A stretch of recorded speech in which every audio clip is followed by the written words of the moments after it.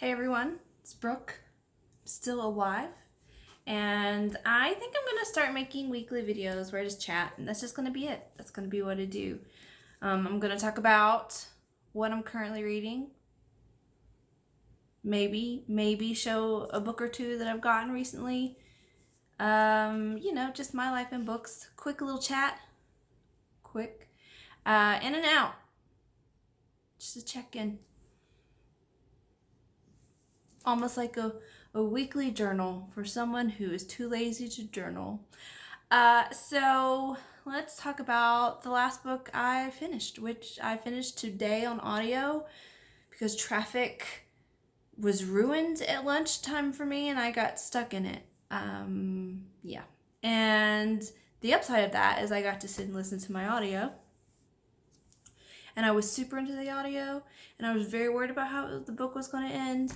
And that's Jade War by Fonda Lee. This is the second book in her Greenbone saga. I read Jade City earlier this year. It was a book club pick, and have been waiting quite anxiously for Jade War, which did not let me down. If anything, I think it exceeded my expectations. I think that as much as I love Jade City, and I loved Jade City, this is better. And this got my heart rate up multiple times. I was just so happy to be back with my murder babies. And the No Peak clan. Anyway, probably stop fondling the book at you, but basically, the Greenbone saga is like urban fantasy light. It's set in sort of a Fonda Lee created East Asian country, island nation, that is effectively ruled by these crime families. They are able to wield jade to increase their fighting abilities, which is basically the only magic in the book, but it's so good. It's so good. And it's like none of those things, like crime family dramas, like if you say something as like The Sopranos or like The Godfather, does nothing for me.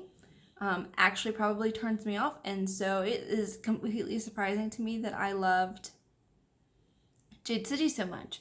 And I just love these characters. They're just so not pure. It's not right. They murder people, but I love them, and they're like my family. I just think of them as my dysfunctional family, and I only want the best for them, even if the best for them means you have to die. I don't know.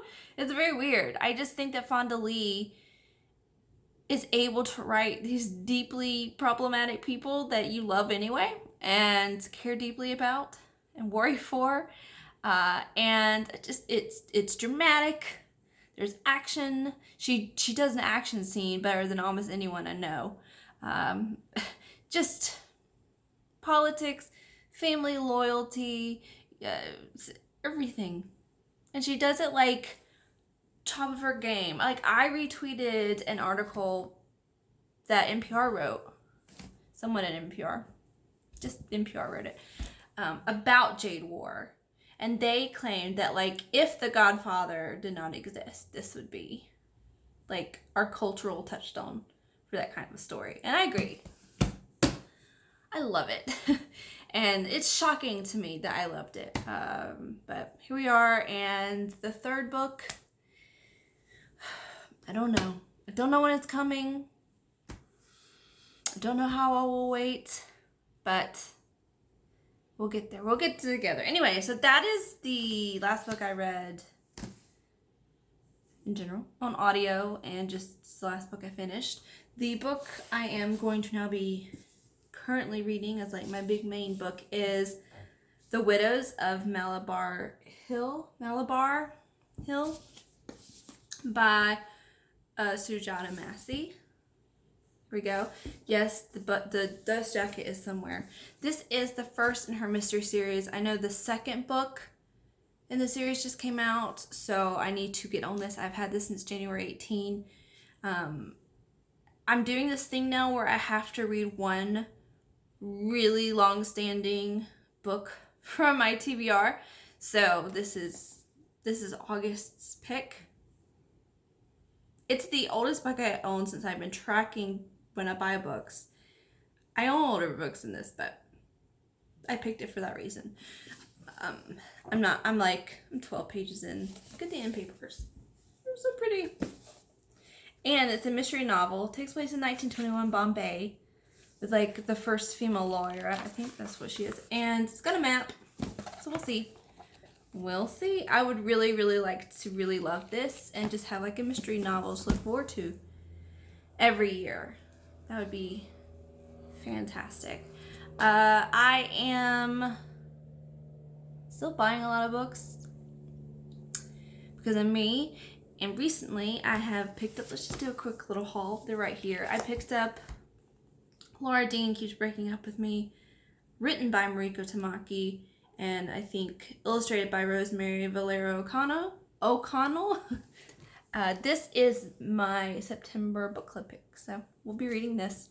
I read pretty much anything Mariko does. The Tamaki cousins, I think they're great. I actually got a book from a publisher recently. They reached out to me via email because they liked my review of Samantha Schweblin's Fever Dream, and that is Paulina Flores's Humiliation. It's a collection of short stories. It's published by Catapult.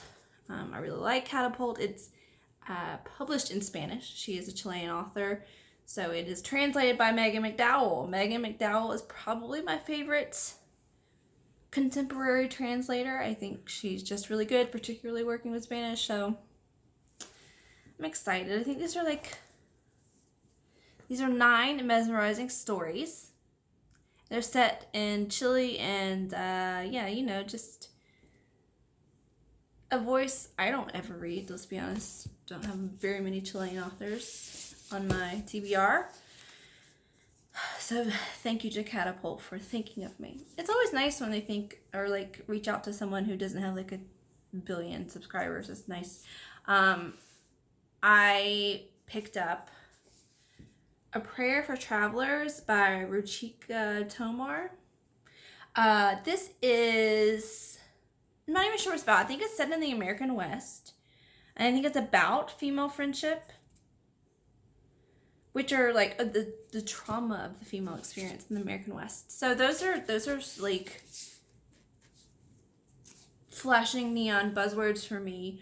The cover is gorgeous, but what intrigued me the most and what made me want to buy this is because my literary fiction desires are coming back, and this is written like out of order. So like it starts with chapter 31. I think it's supposed to like disorient you along with the characters. So I think that sounds like a fun challenge. I also picked up Supper Club by Laura Williams. I'm not sure how you pronounce it without a U. I think I've heard it pronounced both ways, so I'm not sure how she does it. This is, so I just have a whole bunch of like female rage novels. This is, I think, about women who start a supper club, and there's just a lot of anger about like, trying to suppress your hungers as a woman. And I think this grows quite dark, and maybe they eat each other. I could be making that up in my head. Maybe that's the novel I want to read. I don't know where this is going to go, but I think it goes dark places. But honestly, look at this beautiful little canary. I was trying to like say canary and wanted to also say Camaro. Because of Bumblebee. I don't know. But look at it.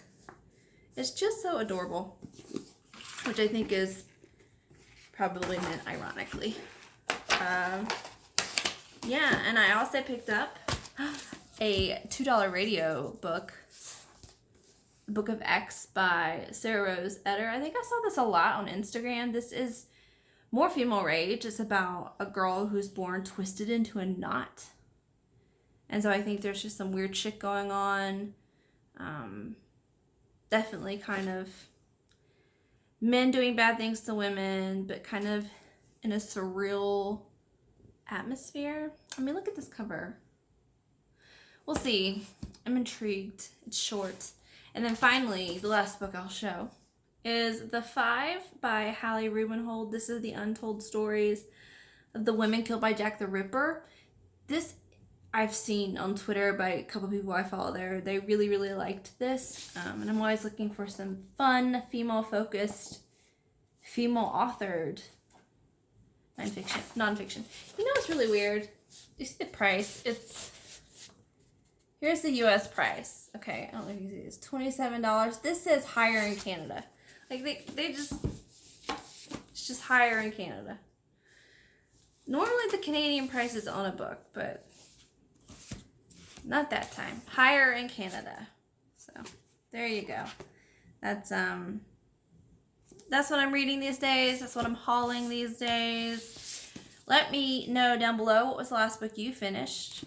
And what was the last book you bought or checked out from the library or listened to or whatever, you know.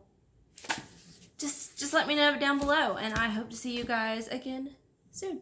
Bye.